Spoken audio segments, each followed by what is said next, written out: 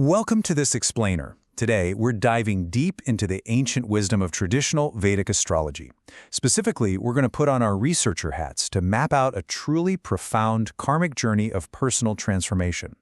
We're looking closely at a very specific astrological placement, and that is Ketu in the first house. It's a placement that creates what's so often referred to as the ascetic soul. But first, I want you to ask yourself something. Do you ever feel disconnected from worldly expectations? If you've recently gone through an unexplained spiritual awakening, or honestly, if you've just always struggled with your identity, feeling like you're operating on a completely different frequency than the rest of the world, then this explainer is tailored specifically for you. Okay, so let's unpack this concept. In systems like Bhrigu Nandi Nadi and traditional Vedic astrology, having Ketu in the first house defines a deeply detached, introspective, and spiritually intense personality. It's an incredibly psychologically complex placement. I mean, think about it. In a contemporary world that constantly tells us to build up our ego and chase external validation, the ascetic soul goes in the exact opposite direction. It focuses almost entirely on inward growth. So, let's start by looking at the roots of this. Section 1. Karma and Early Identity. When we look at the very beginning of this unique identity, researchers point out that it's heavily shaped by forces way beyond this current lifetime. This placement is strongly linked with unfinished karmic patterns. What that means is the individual is literally carrying lingering spiritual lessons directly from previous incarnations into their current life. They aren't starting with a blank slate, right? They're starting with deep, pre-existing spiritual homework. Things like unexplained aversions to certain places, or those instant, deep recognitions of complete strangers. And this brilliantly illustrates why early life for these natives is so uniquely challenging. In childhood, there's this pervasive sense of just feeling different from others, a really profound sense of not quite belonging. Then, as they move into their youth, this evolves into actively disconnecting from worldly expectations. By adulthood, they're often wrestling with identity confusion, trying to navigate a very modern world with an ancient, karmically heavy soul. Because of this intense inner focus, others might find them incredibly difficult to read. Their behavior is often characterized by sudden silence, a lot of inward-focused thinking, and a highly private, somewhat mysterious demeanor. To the outside observer, this can look totally unpredictable. They might look like they're decoding the secrets of the universe when someone just asks them what's for dinner. But here's the thing. They aren't trying to be difficult. They're simply processing a massive amount of internal spiritual data, which, unfortunately, makes them very easily misunderstood. And that naturally leads us right into our next area. Section 2, the relationship disconnect.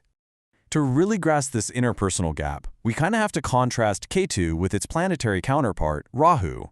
In traditional teachings, Rahu is the driver of worldly ambition, social competition, and the desire for recognition. It's very much aligned with our modern Western concepts of success. But Ketu does the exact opposite. A Ketu-dominated personality naturally reduces interest in fame and status over time, actively shedding all those earthly desires. Because they don't care about social validation, they can sometimes seem aloof through unintentional withdrawal, overthinking, and deep detachment.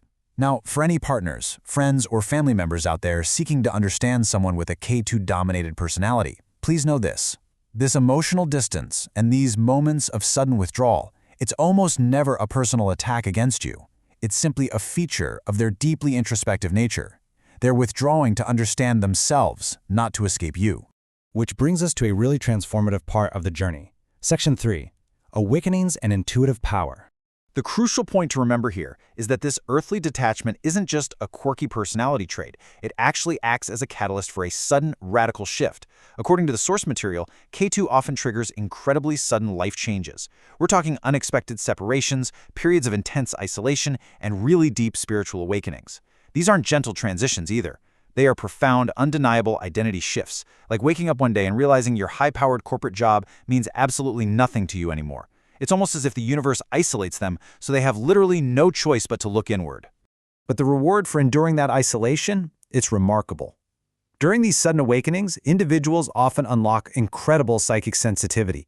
This manifests as exceptionally sharp intuition, highly vivid dreams, and really strong gut-level instincts. They might even start having unexplained spiritual experiences. Their detachment from the physical world essentially clears all the static, allowing this incredibly powerful spiritual intuition to tune in and guide their new path forward. Now, as researchers, we also have to look at the mechanics behind this. So, Section 4, Astrological Modifiers.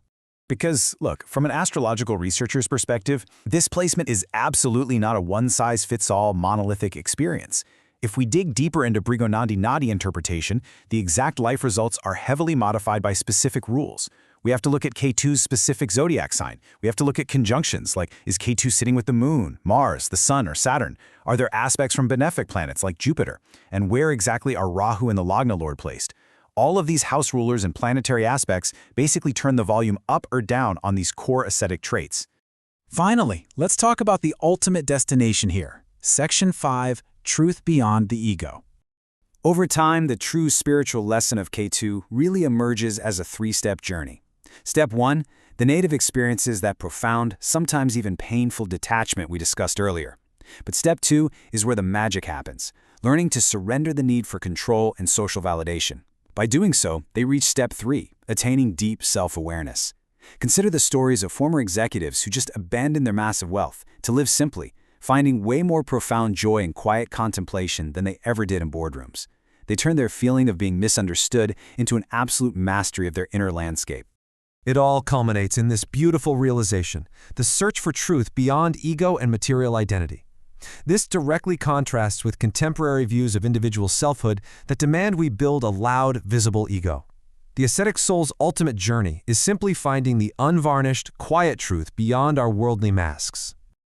As we wrap up this explainer, I want to leave you with a provocative thought to chew on.